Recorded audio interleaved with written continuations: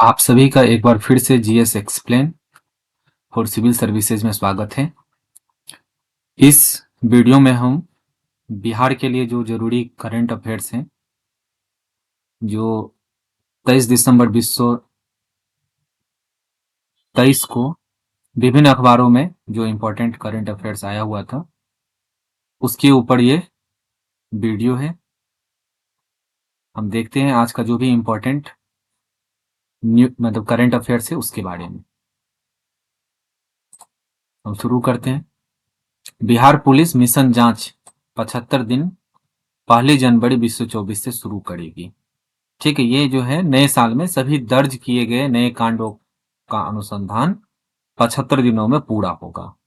ठीक है, तो 75 दिनों में ये जितने भी दर्ज होंगे कांड, उसके बारे में जो मिशन चलाया जा रहा है बिहार पुलिस के द्वारा, वो है मिशन जांच 75।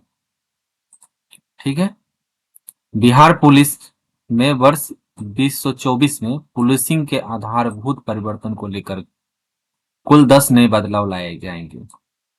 ठीक है, तो ये आपको ध्यान पर रखना है। तो इसमें सबसे ज्यादा इंपॉर्टेंट जो है बीपीएससी या अदर बिहार से रिलेटेड एग्जाम के लिए, तो बिहार पुलिस जो है नए साल में सभी दर्ज किए गए नए आपराधिक कांडों के अनुसंधान के लिए 75 दिन में पूरा करने के लिए एक मिशन चला रहा है, जिस मिशन का नाम है मिशन जांच 75 दिन। ठीक है, महिला प्रताड़ना अनुसूचित जाति जनजाति पोस्को अधिनियम में औसतन अधिकतम 60 दिनों में अनुसंधान पूर्ण करने का लक्ष्य है। ठीक है, तो ये जो महिला प्रताड़ना है, अनुसूचित जाति जनजाति और पॉक्सो अधिनियम में औसतन 60 दिन तक का ये अनुसंधान रखा गया है। इसे अधिनियम के अनुसार ही पूरा किया जाएगा।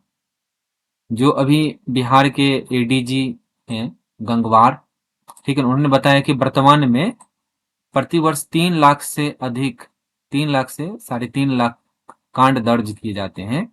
एक आपराधिक कांड के अनुसंधान में औसतन 261 दिन लगता है। मिशन जांच 75 दिन के लागू होने से कांडों के अनुसंधानों की संख्या और गुणवत्ता में सुधार आएगी।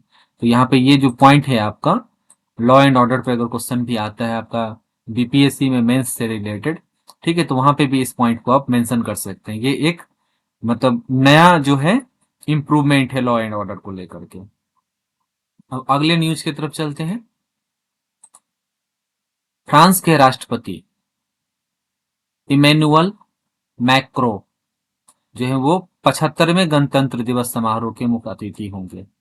ये जो है विदेश मंत्रालय से ये आया हुआ था। बीपीएससी में बहुत बार ये क्वेश्चन आता है, रिपीटेड क्वेश्चन आता है ये प्रीलिम्स एग्जामिनेशन में, जो कौन से किस देश के अतिथि जो है इस बार चीफ गेस्ट रहे थे मतलब जो है गणतंत्र दिवस समारोह में। ठीक है, तो इस बार जो गणतंत्र दिवस 2024 का होने वाला है, उसमें जो है राष्ट्र फ्रांस के राष्ट्रपति रहेंगे इमैनुअल मैक्रों।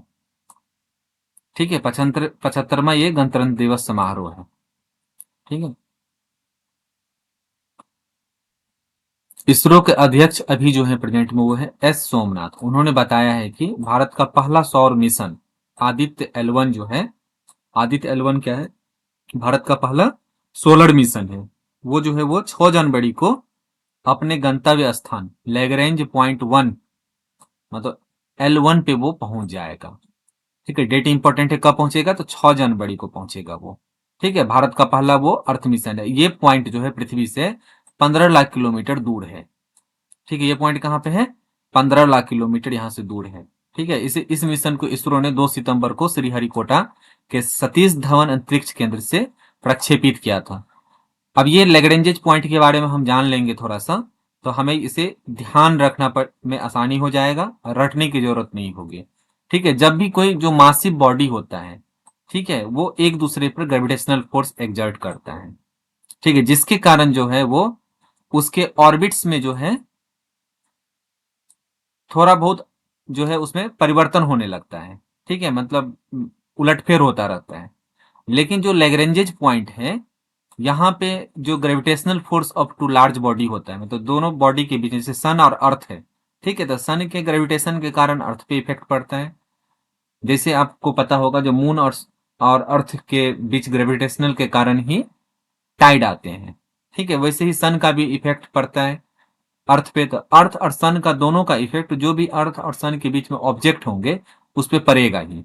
ठीक है, तो ये जो लैग्रेंजेस पॉइंट होता है, ये पॉइंट ऐसा पॉइंट होता है जहां पे दोनों का जो ग्रेविटेशनल फोर्स होता है, ठीक है, और सेंट्रीफ्यूगल फोर्स जो होता है वो एक दूसरे को बैलेंस कर देता है। ठीक है, मतलब एक दूसरे के ऊपर में जो लगने वाला जो ऑब्जेक्ट पे जो दोनों तरफ से जो ग्रेविटेशन फोर्स लगता है, और सेंट्रीफ्यूगल फोर्स जो मतलब सेंट्रीफ्यूगल फोर्स मतलब जिससे ऑर्बिट होता रहता है उससे वो ऑर्बिट से बाहर ना जाए, इसको कंट्रोल में रखने के लिए जो फोर्स होता है उसको हम बोलते हैं सेंट्रीफ्यूगल फोर्स। तो वो दोनों फोर्स को ये बैलेंस करेगा। ठीक है, तो ये पॉइंट जो है लैग्रेंजेस पॉइंट एक एक्सीलेंट लोकेशन है सैटेलाइट के लिए। ठीक है, as orbit correction and hence fuel requirement need to maintain the desire orbit are kept at a minimum. जो डिजायर ऑर्बिट फिक्स किया गया रहता है उस ऑर्बिट में मिनिमम फ्यूल और मिनिमम डिस्टरबेंस के जो है वो ऑर्बिट कर सकता है। तो उसमें से जो भी जो आइडियल पॉइंट है उसमें से जो वो पॉइंट का नाम रखा गया लैग्रेंजेस पॉइंट। तो लैग्रेंजेस पॉइंट वन, L1 का मतलब यहाँ पे लैग्रेंजेस पॉइंट वन। ठीक है, तो आदित्य L1 मतलब आदित्य जो है लैग्रेंजेस पॉइंट वन पे भेजा गया है जो यहाँ से 15 लाख किलोमीटर दूर है। और यहाँ पे क्या होता है, यहाँ पे दोनों बॉडी के सन और अर्थ का ग्रेविटेशनल को बैलेंस करेगा सेंट्रीफ्यूगल फोर्स। ठीक है, मतलब दोनों के बीच में सेंट्रीफ्यूगल फोर्स और ग्रेविटेशनल फोर्स दोनों बैलेंस हो जाएगा, जिसके कारण जो है सैटेलाइट के ऊपर में कोई इफेक्ट नहीं आएगा। तो वो आइडियल कंडीशन बन जाता है किसी भी सैटेलाइट मिशन के लिए। तो इसको आपको ध्यान पर रखना है। बिहार से रिलेटेड था जो केंद्रीय वित्त आयोग जो है बिहार को दी जाने वाली राशि में लगातार कमी होती जा रही है। मतलब केंद्रीय वित्त आयोग द्वारा जो बिहार को जो भी जैसे कोई मिशन मतलब चल रहा है, ठीक है, उस मिशन के लिए जो सेंटर स्पॉन्सर्ड स्कीम होता है उसके लिए जो पैसा आता है वो सेंटर से आता है। ठीक है, तो उसमें को दी जाने वाली जो भी राशि होती है वो जो है क्या है, लगातार कम हो रहा है। खासकर केंद्रीय करों में बिहार की हिस्सेदारी में कटौती हर वर्ष पिछले वर्ष से अधिक बढ़ जाती है। योजना एवं विकास विभाग के अनुसार इस कटौती के कारण बिहार में बीते 8 वर्षों में लगभग 62,000 करोड़ की क्षति हुई है। तो यहाँ पे ये ध्यान पे रखना है, ये न्यूज जो है ज्यादातर जो इकोनॉमिक डेवलपमेंट से जो क्वेश्चन आएगा मेंस में बीपीएससी में उसको उसमें आप एक पॉइंट के रूप में इसका यूज कर सकते हैं। जो जो डेवलपमेंट है वो पूरा इकोनॉमिक डेवलपमेंट बिहार में नहीं हो पा रहा है, जिसमें आप ये भी एक मेंशन कर सकते हैं जी, ये जो हाल फिलहाल में जो एक रिपोर्ट आया हुआ है जिस रिपोर्ट के कारण जो केंद्रीय वित्त आयोग द्वारा जो जो यहाँ पे इसका गवर्नमेंट ऑफ बिहार को जो भी शेयर मिलता है, राशि मिलता है, उसमें लगातार कमी हो रहा है, जिसके कारण जो भी इंफ्रास्ट्रक्चर डेवलप होना चाहिए उसके लिए जो फंड चाहिए वो फंड नहीं हो पाता है, या जो भी मिशन चल रहा है वो मिशन अच्छे से नहीं पूरा हो पा रहा है। ठीक है, बिहार से जुड़ी कई प्रमुख योजनाओं में भारी कटौती हुई है, जैसे कि 2015 से 16 में सर्व शिक्षा अभियान समग्र शिक्षा अभियान में 3799.29 करोड़ रुपये मिले थे, जो कि वर्ष 2022-23 के लिए यह राशि घटकर 2623.90 करोड़ होगी। तो अब देखिए एजुकेशन सिस्टम को ही लेकर के बिहार में बताया जाए तो सबसे पीछे है हमारा जो है बिहार। ठीक है, तो इसमें जो ये समग्र शिक्षा अभियान जैसा जो इनिशियल है या सर्व शिक्षा अभियान जैसा जो सब बहुत बहुत ही ज्यादा जो है ह्यूमन डेवलपमेंट के लिए जो जरूरी अभियान है उसमें से मतलब लगभग लगभग 1000 करोड़ का तो यहाँ पे डायरेक्ट ही लॉस हो गया है, मतलब कम आना शुरू हो गया है। मतलब ये 8 वर्षों में इस योजना को 1176 करोड़ की क्षति पहुंची है। ठीक है, तो ये पॉइंट आप मेंस में भी मेंशन कर सकते हैं, मेंस के लिए ये ज्यादा इंपॉर्टेंट है। अब हाल फिलहाल में देखा गया है जो जो भी न्यूज रहता है उसमें से कोई न्यूज लोकेशन बेस्ड मतलब जो हिस्टोरिकल प्लेस है उसके ऊपर में क्वेश्चन पूछता है बीपीएससी। यहाँ पे है एक न्यूज आर्टिकल है, क्या है, पटना में चर्चों का गौरवशाली इतिहास रहा है। ठीक है, 500 साल पहले पादरी की हवेली पहले चर्च की स्थापना हुई थी। मतलब बिहार में जो पहला चर्च का स्थापना हुआ था उसका नाम है पादरी की हवेली। ठीक है, इसके बारे में क्या है, पटना में ईसाई समाज के आध्यात्मिक जरूरतों को पूरा करने के लिए पटना सिटी इलाके में पहला चर्च पादरी की हवेली की स्थापना कब हुआ था, 1713 में हुआ था। तो ये आपको ध्यान पे रखना, पादरी की हवेली का स्थापना कब हुआ था, 1713 में। पटना में सबसे पहले 1706 ईस्वी में इटालियन, ये जो नाम के जो ईसाई मिशनरी हैं उसको ध्यान पर रखना, कैपुचिन इटालियन कैपुचिन नाम के ईसाई मिशनरी पहुंचे थे सबसे पहले। ठीक है, उनकी आध्यात्मिक जरूरतों की पूर्ति के लिए पटना सिटी चर्च, ठीक है, जहां पे स्थानीय लोग जो है पटना सिटी चर्च का उसका दूसरा नाम रखता है पादरी की हवेली, ठीक है, जानते हैं, इसकी स्थापना की गई। तो किसके लिए की गई थी? इटालियन कैपुचिन ईसाई मिशनरी के पहुंचने पे। ये कब आए हुए थे पटना? तो 1706 ईस्वी में आए हुए थे। तो इसके लिए इनके जो भी मतलब जो प्रेयर वगैरह सब के लिए जो यहाँ पे चर्च बनाया गया था, उस चर्च का नाम था पादरी की हवेली, जिसकी स्थापना 1713 ईस्वी में की गई। ठीक है, उसके बाद क्या हुआ? बिशप हार्टमन ने 1850 ईस्वी में बांकीपुर में संत जोसेफ गिरजाघर का शिलान्यास रखा। कुछ सालों में क्या हुआ? ये गिरजाघर बनके तैयार हो गया। यह जो है वो पटना का दूसरा चर्च है। तो आपको ध्यान पर रखना, ये पूछ सकता है ये मतलब कहाँ पे है। कभी कभी क्या होता है ना, मैचिंग के लिए पूछ देगा ये चर्च कहाँ पे है, ये लोकेशन कहाँ पे है, तो यह बिहार में पटना का है ये। ठीक है, फिर कुर्जी क्षेत्र में धार्मिक, सामाजिक और शैक्षणिक विकास की शुरुआत बिशप ए जुबेड़ के नेतृत्व में हुआ। नाम थोड़ा सा इंपॉर्टेंट रहता है, अजीब सा नाम रहता है, लेकिन इसको थोड़ा सा ध्यान पर रखना है। ठीक है, कुर्जी क्षेत्र में बसे कैथोलिक ईसाई समुदाय, मतलब कैथोलिक ईसाई समुदाय की धार्मिक आध्यात्मिक जरूरतों की पूर्ति के लिए संत माइकल विद्यालय परिसर में 1980 में पवित्र हृदय गिरजाघर की स्थापना की गई। तीसरा, ये जो अभी हाल फिलहाल में क्या है, 1980 में पवित्र हृदय गिरजाघर की स्थापना की गई है। ठीक है, कुर्जी चर्च के विस्तार में अमेरिकन यीशु समाजी धर्म संघ का बहुत योगदान रहा है। ठीक है, साथ में वर्ष 1921 में पहली बार पटना की धरती पर 5 अमेरिकी यीशु समाजी पुरोहितों का आगमन हुआ था। तो पूछा जा सकता है जो बिहार में पटना में सबसे पहली बार यीशु समाज का, मतलब वनडे एग्जामिनेशन में भी पूछ दे, क्योंकि देखिए न्यूज में जब आ जाता है क्वेश्चन ना, तो आयोग ये एक्सपेक्टेशन रखता है जो स्टूडेंट जो है वो करंट अफेयर से रूबरू होगा। ठीक है, तो वो क्वेश्चंस कहाँ से बनाएगा? स्टैटिक्स तो सारे स्टूडेंट पढ़ ही लिए रहते हैं, जो भी इंपॉर्टेंट बुक होते हैं, तो वो सारा जो बनाता है क्वेश्चन वो करंट अफेयर्स के बेस पे बनाता है। ठीक है, तो यहाँ पे आपको ये डेटा आपको ध्यान पे रखना है, क्योंकि अगर आप ये डेटा अगर छोड़ते हैं तो सबसे बड़ा मुश्किल क्या है, जो आपका कंपिटिटर जो इसको पढ़ेगा उसका वो 1 मार्क्स बूस्ट होगा। तो आप ज्यादा से ज्यादा डेटा को कलेक्ट कीजिए अगर आप ये ऐसे एग्जामिनेशन को निकालना चाहते हैं तो। ठीक है, तो यीशु समाजी पुरोहित का आगमन हुआ था। ठीक है, इसके बाद आने वाले यीशु समाजी पुरोहित काफी साल तक पटना व बिहार के विभिन्न क्षेत्रों में कैथोलिक ईसाई समूह के आध्यात्मिक व अन्य धर्मावलंबियों के लिए कार्यशाला रहे। ठीक है, इन मिशनरियों को पटना यीशु समाजी के नाम से भी जाना जाता है।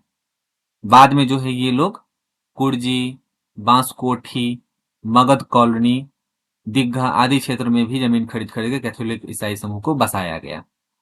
ठीक है, ईसाई समुदाय की बढ़ती आबादी को देखते हुए संत माइकल स्कूल के दक्षिण में एक गिरजाघर का निर्माण किया गया 1977 में। ठीक है, बिशप आगस्टीन विल्डरमुथ यीशु समाजी ने प्रेरितों की रानी ईसा मंदिर नाम का इस मंदिर नाम से गिरजाघर का उद्घाटन किया। तो ये जो सबसे शुरू का जो था आपका ये पादरी का चर्च, और ये जो है दूसरा वाला बिशप हार्टमन, ये बहुत पुराना है, तो मे भी ये आपको पूछ दे। ठीक है, तो इस दोनों का आपको ध्यान रखना है ज्यादा। साथ में बीपीएससी ने एक घोषणा ये किया है, जो कि बीपीएससी के अभ्यर्थियों और बीपीएससी अदर जो भी एग्जाम देते हैं उन वो अभ्यर्थियों के लिए है। जो बिहार लोक सेवा आयोग ने कदाचार में लिप्त होने वाले अभ्यर्थियों के खिलाफ एक बड़ा फैसला लिया है। पहले क्या होता था, जो स्कॉलर बैठाया जाता था तो उसके लिए प्रतिबंधित होता था 5 साल के लिए। अब क्या है, स्कॉलर बैठाने वाले पर परीक्षा में शामिल होने पर आजीवन रोक लगा दी जाएगी। ठीक है, साथ में स्कॉलर पे भी यह आदेश लागू होगा, मतलब वो भी अब आने वाले समय में कभी भी नहीं बैठ सकता है, और जिसके लिए वो बैठेगा उस पे वो भी कभी एग्जामिनेशन नहीं दे सकता है। इससे पहले बीपीएससी ने कदाचार में लिप्त रहने वाले अभ्यर्थियों पर 1 से 5 साल तक का प्रतिबंध लगाया गया था। ठीक है, और जो अभी अध्यक्ष हैं उन्होंने स्पष्ट तौर पे कहा है कि आयोग की छवि खराब करने और गलत शिकायतों करने वाले अभ्यर्थियों पर भी कार्रवाई होगी। ऐसे अभ्यर्थी को कम से कम 1 से 5 साल का प्रतिबंध लगाया जाएगा, क्योंकि बहुत सारा ऐसा इंसिडेंस आया हुआ है जो आयोग के ऊपर भी आरोप लगाया जाता है। ठीक है, अब अगले न्यूज की तरफ चलते हैं। अभी जो है पटना में निफ्ट में क्या हो रहा है, राष्ट्रीय फैशन प्रौद्योगिकी संस्थान निफ्ट में कन्वर्ज का आयोजन किया जा रहा है। ठीक है, इसका ये मेजबानी कर रहा है, जिसका आयोजन है 27 से 29 तक होगा। कन्वर्ज में पटना समेत देश के 18 निफ्ट कैंपस के 900 से ज्यादा छात्र छात्राएं मंच पे आएंगे। तो ये आपको ध्यान पे रखना है, कहाँ पे हुआ है, तो पटना निफ्ट में इस बार कन्वर्ज का मेजबानी कर रहा है। ठीक है, अभी एक था गीता जयंती, ये न्यूज में है, जो 22 दिसंबर, दो तीन लोगों के लिए इंपॉर्टेंट, जिसमें से एक है गीता जयंती। ठीक है, गीता महोत्सव जो है, इसको मोक्ष एकादशी या मत्स्य देवदशी ये मनाया जाता है। ये एक हिंदू अनुष्ठान है जो उस दिन को चिन्हित करता है जब कुरुक्षेत्र के युद्ध के मैदान में अर्जुन और कृष्ण के बीच में भगवत गीता संवाद हुआ था। ठीक है, ये हमेशा हिंदू कैलेंडर के चांद महीने के मार्गशीर्ष दिसंबर जनवरी में वैक्सिंग चांद मतलब उगते हुए चांद के लिए 11वें दिन शुक्ल एकादशी को मनाया जाता है। ठीक है, और 22 दिसंबर को एक बहुत बड़े मैथमेटिशियन का जन्मदिन है। ठीक है, इन्हीं के नाम पे नेशनल मैथमेटिक्स डे रखा जाता है, श्रीनिवासन रामानुजम का। ठीक है, ये बहुत कम उम्र में मैथ्स के फील्ड में बहुत सारी उपलब्धियों का हासिल किया था। ठीक है, मैं इस पे एक वीडियो बनाने वाला हूं, आप उसे जरूर देखिएगा।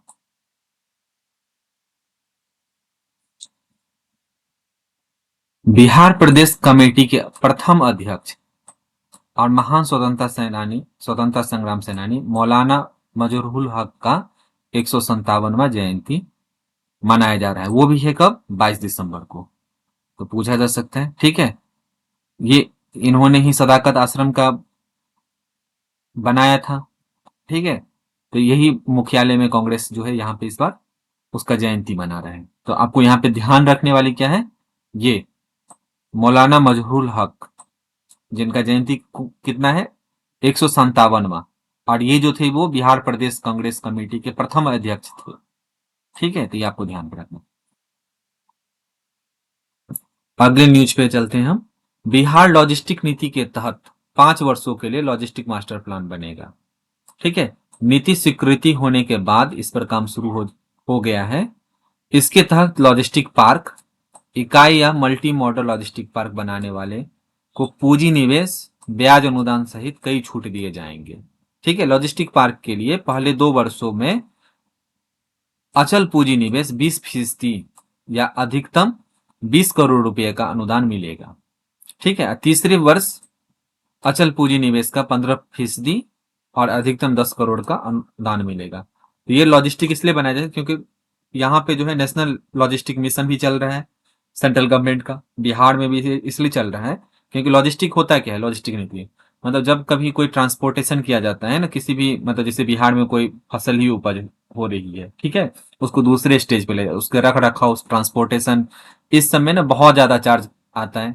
ठीक है, इससे जो है एक ही चीज को बार बार मतलब अच्छे से रख रखाव नहीं कर पाने के कारण या ट्रांसपोर्ट का सुविधा नहीं होने के कारण में उसमें बहुत ज्यादा लॉस होता है। इसको कंपनसेट करने के लिए ये लॉजिस्टिक नीति को बनाया गया है, जिसके तहत एक ही एजेंसी जो है वो सारे चीजों को, ट्रांसपोर्टेशन को, रख रखाव को, सारे को वो निगरानी रखेगा।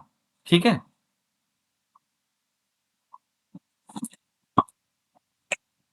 ये योजना लॉजिस्टिक लागत को कम करने और अर्थव्यवस्था को बढ़ावा देने के लिए बुनियादी ढांचे के विकास के उद्देश्य से मल्टी मॉडल कनेक्टिविटी के लिए है। ठीक है, मतलब अगर वो बहुत सारा मोड ऑफ ट्रांसपोर्ट होता है, ठीक है, एक दूसरे से कनेक्ट करेगा, जिससे जैसे ग्रामीण इलाका से ट्रक से रेलवे स्टेशन पे लाएगा, रेलवे स्टेशन से फिर जहां पे उसको भेजना होगा, तो वो एक ही एजेंसी वो सारा काम करेगी। इस साल का कुछ इंपॉर्टेंट न्यूज जो है उसके ऊपर हम देखते हैं थोड़ा सा। ठीक है, 2023 में भारत दुनिया का सबसे अधिक जनसंख्या वाला देश बन गया है। अनुमानित अब आबादी अभी कितनी हो गई है, 1.43 अरब हो गया है। किसको पीछे छोड़ा है? चाइना को पीछे छोड़ा है। ठीक है, फरवरी में जो यूक्रेन और रसिया के बीच में युद्ध हो रहा था, यहाँ पे यूक्रेन के 1000 से अधिक नागरिक मारे गए हैं। ठीक है, ये अभी दूसरे साल तक ये जारी है। अभी जो है सूडान में जो है गृह युद्ध जो है हो गया है वहां पे शुरू, उससे वो सूडान तबाह हो गया है। उसमें क्या था, सेना और अर्धसैनिक बलों के बीच में संघर्ष जारी है। राजधानी खार्तुम में मुख्य हवाई अड्डा फोर्स के बीच लड़ाई का स्थल रहा। ये आपको ध्यान पर रखना, कहां पे गृह युद्ध शुरू है, तो सूडान में पूछा जा सकता है। इस साल आर्टिफिशियल इंटेलिजेंस का भी ईयर रहा है। ठीक है, चैट जीपीटी के साथ नए संस्करण से लेकर के गूगल ने जेमिनी और चैट जीपीटी, ये दोनों आर्टिफिशियल इंटेलिजेंस के मॉडल हैं। ठीक है, उस पर एक चाइना का, जैसे अभी चंद्रयान 3 गया है, वैसे चाइना का भी चंद्रमा के अंधेरे वाले हिस्से पे नमूना, मतलब 2 किलो तक के नमूना को एकत्र करने का एक प्रयास किया जा रहा है। उसके लिए एक मिशन भेजा गया, उसका नाम क्या है, चंगाई 6 मिशन। चाइना का चंगाई 6 मिशन जो है वो चंद्रमा के अंधेरे वाले हिस्से से 2 kg तक नमूने को एकत्रित करने का प्रयास करेगा। ठीक है, भारत और कनाडा के बीच में जो है राजनयिक संबंध खराब हो गया है खालिस्तान वाले मैटर को लेकर के। ठीक है, कनाडा के जो अभी प्रधानमंत्री हैं वो है जस्टिन ट्रूडो, ये आपको ध्यान में रखना है, ये नाम इंपॉर्टेंट है, इसलिए इसमें मैंने इस न्यूज को किया है। अमेरिकी के राष्ट्रपति जो है डोनाल्ड ट्रंप पे 2 दर्जन से ज्यादा आरोप लगाए। ये अमेरिकी इतिहास में पहली बार हुआ है जो किसी भी राष्ट्रपति पे 24 से अधिक आरोप लगे हों। अगले साल जो है वो नवंबर में अमेरिका का राष्ट्रपति चुनाव है। ठीक है, और ये आधुनिक अमेरिका के लिए सबसे ज्यादा इंपॉर्टेंट महत्वपूर्ण राष्ट्रपति चुनाव है। अगर यहाँ पे डोनाल्ड ट्रंप जो भाग नहीं लेंगे, वर्तमान के जो राष्ट्रपति हैं अमेरिका के, जो बाइडन, अगर चुनाव में खड़े होते हैं और वो जीतते हैं तो 81 साल की उम्र में राष्ट्रपति बनने वाले सबसे उम्र दराज अमेरिकी होंगे। तो आप बता सकते हैं जो अमेरिकी राष्ट्रपति का टाइम टेन्यूर कितने दिनों का होता है। जैसे इंडिया में 5 साल का होता है, वैसे वहां पे कितना होता है। यहाँ पे जैसे इंडिया में मल्टीपल नंबर ऑफ टाइम्स जो है यहाँ पे इलेक्ट हो सकता है कोई भी राष्ट्रपति। और ये आपको बताना है कमेंट्स में, जो अमेरिका में ये प्रावधान कितने बार तक के लिए, मतलब कोई भी व्यक्ति अमेरिका में कितने बार मैक्सिमम जो है वो प्रेसिडेंट बन सकता है। ठीक है, पिछले साल जो है तुर्की, मतलब ये जो है इस साल तुर्की और सीरिया में शक्तिशाली भूकंप आए हैं। ठीक है, इससे तुर्की और सीरिया जो है पूरी तरह तबाह हो गया है। ये आपको ध्यान रखना, पूछ जा सकता है अर्थक्वेक को लेकर के कौन से 2 मेजर जो है कंट्री सबसे ज्यादा डिस्ट्रक्शन हुआ है, वो है तुर्की और सीरिया। एक और न्यूज बहुत ज्यादा इंपॉर्टेंट रहा है पिछले, मतलब इस साल 18 जून 2023 को अटलांटिक महासागर में टाइटेनिक जहाज का मलबा देखने के लिए जो एक मिशन कंपनी ने भेजा था, उस कंपनी का नाम है ओशन गेट कंपनी। ठीक है, इसकी पनडुब्बी टाइटन जो है वो, पनडुब्बी का नाम था टाइटन। ठीक है, वो टाइटेनिक नाम अलग अलग है, टाइटेनिक जहाज को देखने के लिए ओशन गेट कंपनी की पनडुब्बी टाइटन जो है वो गया था, वो डूब गया। इसमें 5 अरबपतियों का जो है मौत हो गई। अब अगले न्यूज की तरफ बढ़ते हैं। क्या है, देश की विदेशी मुद्रा 15 दिसंबर को सप्ताह में 9.11 अरब डॉलर बढ़ करके 615.97 अरब डॉलर हो गया है। तो फॉरेक्स रिजर्व पे क्वेश्चन आता रहता है, तो अभी हाल फिलहाल का लेटेस्ट जो भी एग्जाम दे रहे हैं उनके लिए इंपॉर्टेंट ये हो जाएगा जो 615.97 अरब डॉलर है अभी। ठीक है, पिछले साल सबसे हाईएस्ट था, 645 अरब डॉलर जो है सबसे हाईएस्ट अभी तक का वो पहुंचा है। ठीक है, खेलो इंडिया युवा खेल जो है इसका आयोजन 19 से 21 जनवरी के बीच में तमिलनाडु के 4 शहर, कौन कौन से, चेन्नई, कोयम्बटूर, मैदूर, त्रिची में किया जाएगा। तो ये आपको ध्यान रखना, कहां पे होने वाला है अगला, तमिलनाडु का। कौन सा, खेलो इंडिया युवा खेल का। मशहूर चित्रकार और कवि जो थे इमरोज का जो है मुंबई में देहांत हो गया है। ठीक है, इनको हम पूछा जा सकता है ये किस किस फील्ड से रिलेटेड थे, तो ये जो है चित्रकार थे और कवि थे। ठीक है, ये अविभाजित भारत के लाहौर से 100 किलोमीटर दूर उनका गांव था, मतलब में भी पूछा जाए, इंपॉर्टेंट हो जाए। ठीक है, इनका नाम इंद्रजीत सिंह भी था। ठीक है, अब एक और है टूरिज्म को लेकर के। अभी गवर्नमेंट ऑफ इंडिया क्या है, टूरिज्म को बहुत ज्यादा प्रमोट कर रही है। ठीक है, तो अभी इस टूरिज्म को बूस्ट करने के लिए आदि कैलाश और ओम पर्वत के दर्शन के लिए कुमाऊं, ठीक है, दो तरह के रीजन है उत्तराखंड में, कुमाऊं और गढ़वाल। तो कुमाऊं मंडल विकास निगम ने हेलीकॉप्टर यात्रा कराने की पूरी तैयारी कर ली है। ठीक है, पिथौरागढ़ से हेलीकॉप्टर जो है वो आदि कैलाश और ओम पर्वत के दर्शन के लिए निकलेगा। 1.25 घंटा का ये यात्रा रहेगा। इस यात्रा में जो हेलीकॉप्टर का यूज किया जा रहा है वो है 18 सीटर MI-17 हेलीकॉप्टर का यूज किया जा रहा है। तो पूछा जा सकता है अभी कौन कौन से धार्मिक स्थलों के दर्शन के लिए जो है वो हेलीकॉप्टर यात्रा शुरू किया गया है, तो वो है आदि कैलाश और ओम पर्वत के दर्शन के लिए। ठीक है, अगले क्वेश्चन चलते हैं। अयोध्या में अपने भव्य दिव्य और नव्य मंदिर में रामलला की प्राण प्रतिष्ठा समारोह होने वाला है। ठीक है, ये समारोह कब होने वाला है? ये समारोह है 22 जनवरी को मुहूर्त निकाला गया है। ठीक है, इसमें क्या इंपॉर्टेंट था, तो अभी जो इसमें मुहूर्त निकालने वाले पंडित हैं उनका नाम है काशी के द्रविड़ बंधु, मतलब पंडित गणेश गणेश शास्त्री द्रविड़ और पंडित विश्वेश्वर शास्त्री द्रविड़। ठीक है, इसके लिए जो एक मुहूर्त निकाला है वो है संजीवनी मुहूर्त। ठीक है, ये इंपॉर्टेंट क्यों है? ये काशी के रामघाट स्थित श्री बल्लभ राम शालिग्राम संगवेद विद्यालय, पूछा जा सकता है कहीं कभी, तो ये यहाँ के हैं ये द्रविड़ बंधु।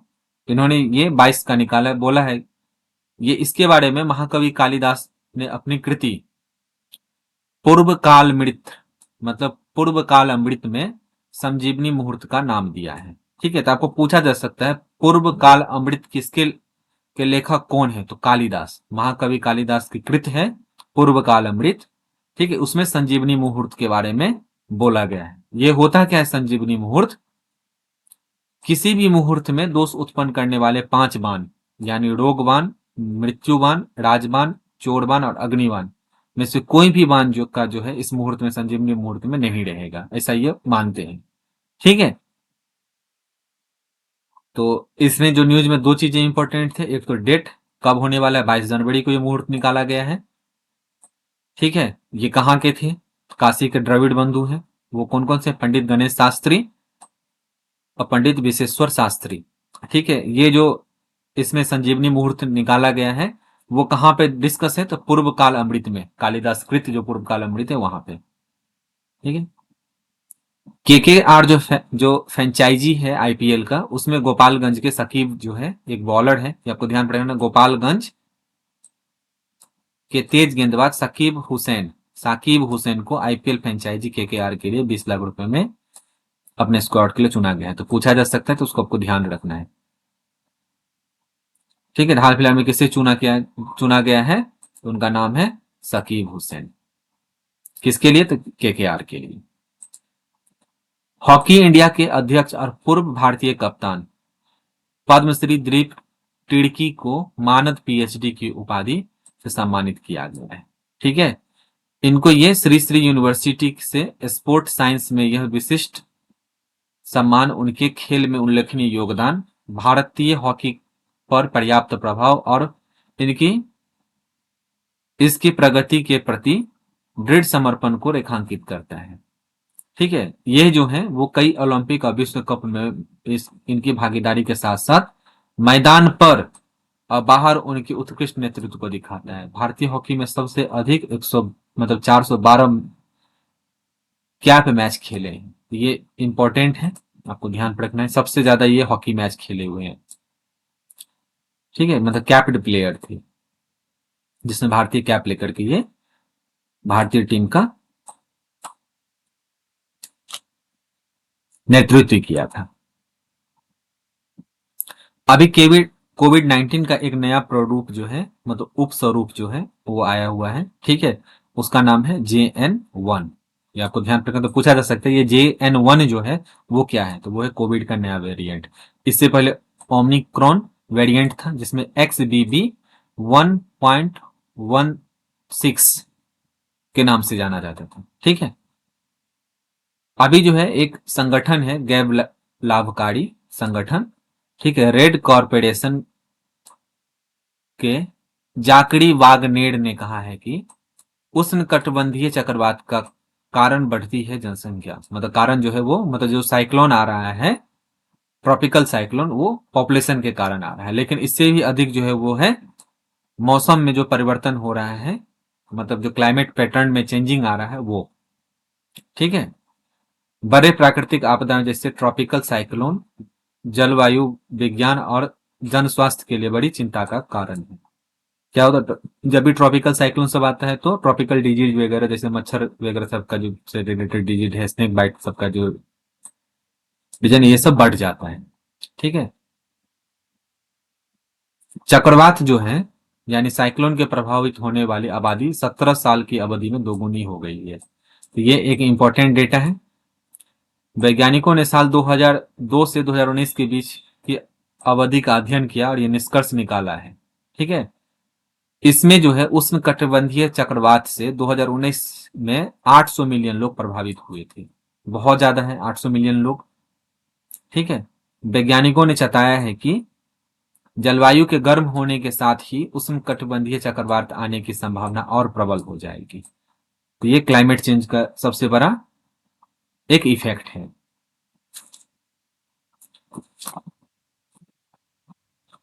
अब अगले न्यूज को देखते हैं, मतलब क्या है।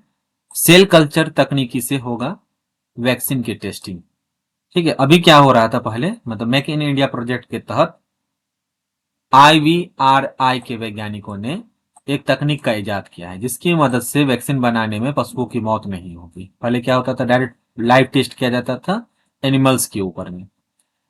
इसका उपयोग क्लासिकल स्वाइन फीवर की वैक्सीन बनाने में कर रहे हैं, ठीक है। सेल कल्चर को डेवलप किया जाएगा, उसके सेल पे जो है इसका टेस्ट किया जाएगा, ठीक है। इस प्रक्रिया में खरगोश और सुकरों की मौत हो जाती थी, ठीक है। तो ये एक अच्छा इनिशिएटिव है क्योंकि उनके ऊपर में जो है पशु क्रूरता का भी आरोप लगता था, ठीक है। बेंगलोर में अनुसंधानकर्ताओं ने AI आधारित एक टूल विकसित किया है जो तंत्रिका तंत्र यानी नस के जुड़े विकार, कार्पेल टनल सिंड्रोम का पता लगा सकता है, ठीक है। तो पूछा जा सकता है AI टूल का यूज कहाँ पे, एक पहले पढ़े हुए थे हम न्यूज में, टीबी के लिए भी अब किया जा रहा था।